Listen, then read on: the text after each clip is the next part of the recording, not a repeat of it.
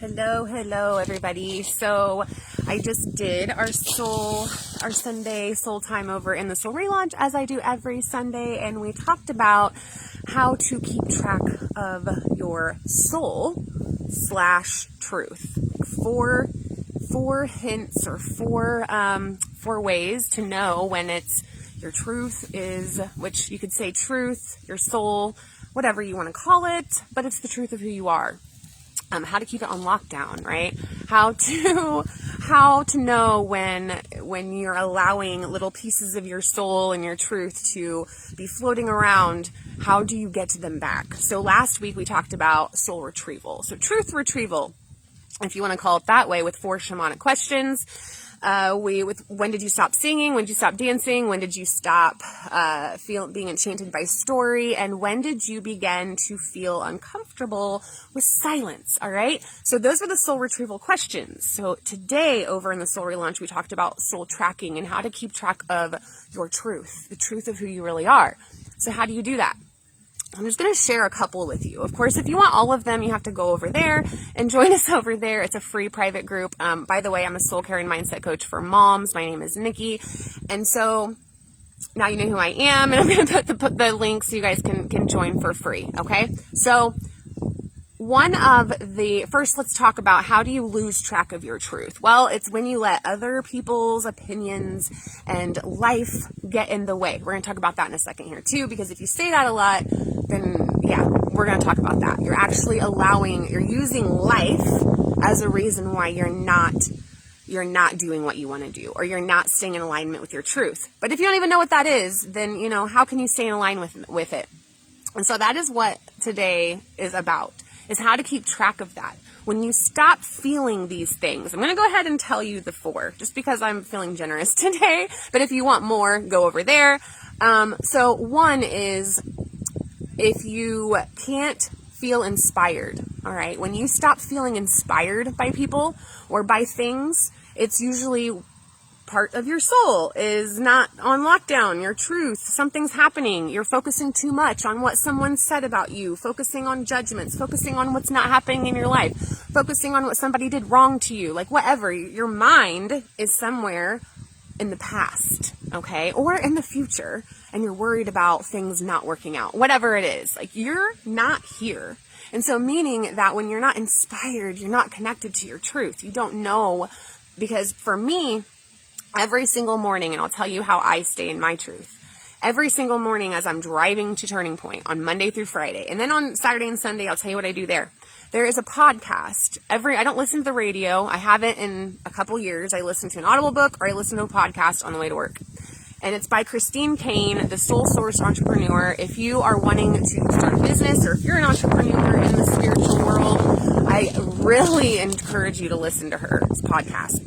Amazing. I love her to death. She has created a multi-million-dollar coaching company. She used to be a musician, but she's done all of that, staying aligned in her truth, in her soul, and she's an amazing, talented business coach. Like, oh my God, you guys, I will share the link. That is how I find inspiration in the morning, because I'll tell you, in the mornings, I'm not a morning person. Just newsflash.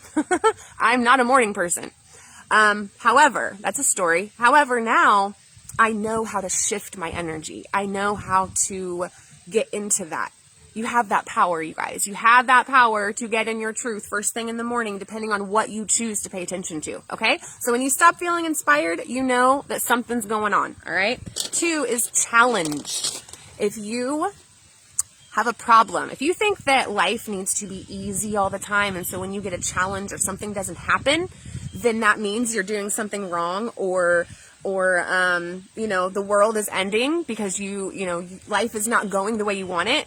That's an irrational belief. An underlying irrational belief is that life needs to be easy and smooth, and I should have no challenges. So when you're not able to embrace a challenge, when you start focusing on, what happened, or, you think that a challenge defines, like, oh, okay, I shouldn't do this because I'm going to be challenged. That is you living in your ego, okay?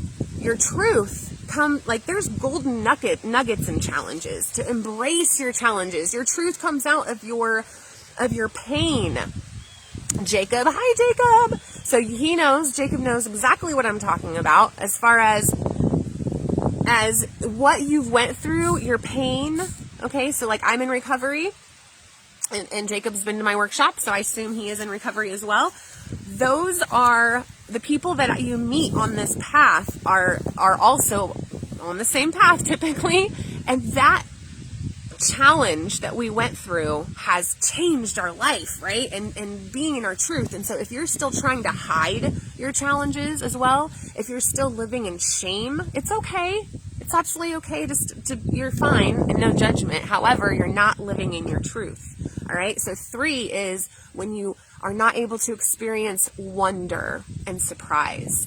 So if you're someone who doesn't like surprises, it's probably because at some point you were surprised with something bad that followed, right? You found something out that was not good. And so now every time you're surprised, you go back to that trauma or back to that time when somebody hurt you and it happened because of a surprise. I'm going to ask you to go back to a time when you were surprised and it was a good surprise, because I guarantee you did, because when you're not able to experience wonder and surprise anymore, that's because your truth is buried, or you're not in your truth, right? Your soul is not able to shine through. These are also 4 hints that you need to sit with your energy. Your energy is blocked, or it's going too fast. These are also good for that, as far as knowing when to sit down with your energetic system, okay? And then the last one, on the 4th one, I might not tell you. I think that's what you need to go over to the soul relaunch. Sorry, I know that might be kind of mean, but these are absolutely the way, or something to be mindful of, that's going to take you back to your soul practice. If you don't have a soul practice, that is what the soul relaunch is for, is to provide space, provide a place for you to take your mask off. Okay. And I'm probably going to do another live, but like, I invite you to take your mask off. Just for a little bit, and then you can put it back on, and you can go back out into the world, and you can do whatever it is you do, and then come back to the soul relaunch, take your mask off. See how that works? All right. I will hold safe space for you over there to find your truth. And so if you want to know the 4th one, come over there. I do work with moms. It typically is for moms. I do have some dads over there, and I do have a couple guys that are wanting, this is the work they want to do. Something inspires them. Something lights them up about something with the soul relaunch. And so that's what it is. The soul relaunch, you take your mask off, and then you can put your mask back on and go back out into the world. But you always have this place to come to at the soul relaunch to take your mask off, where there are no judgments, where there isn't anything you need to believe or not believe, where there isn't a certain path you have to take. Like, you literally can be who you are. And I invite you to do that, because then that is how you're going to discover what your truth is. All right. Because so with these 4 things, but the 4th one, you have to go over there to find out what it is. All right. So, next Saturday, I am doing a vision board workshop. It's $10 at the Witches Market at the Pickers Place in Logansport. And what we're going to do is create a vision for 2023. So if you did not have a very good year, all right, or maybe you have some big things you're wanting to do and you need direction, or you need how to do that, how to make that happen to experience your best year, honest to God. It's going to be your most amazing year that you are coming into alignment with who you came here to be. And that's going to reveal what you came here to do. All right. And so with this vision board workshop, it is 1 o'clock and 3 p.m. next Saturday, the 22nd, at the Witches Market at the Pickers Place in Peru. People are going to have to sign up, I think, before. I'm going to take 5 people for each one.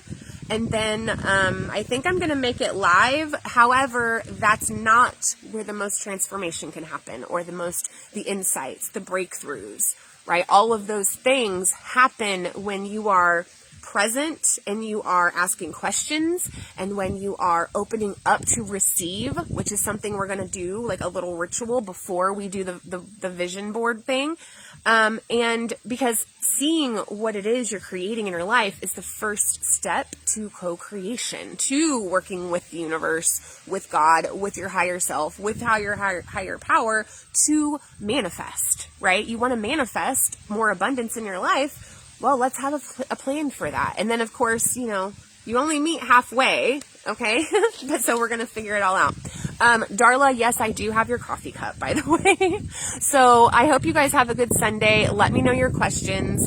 And yeah, have a good day.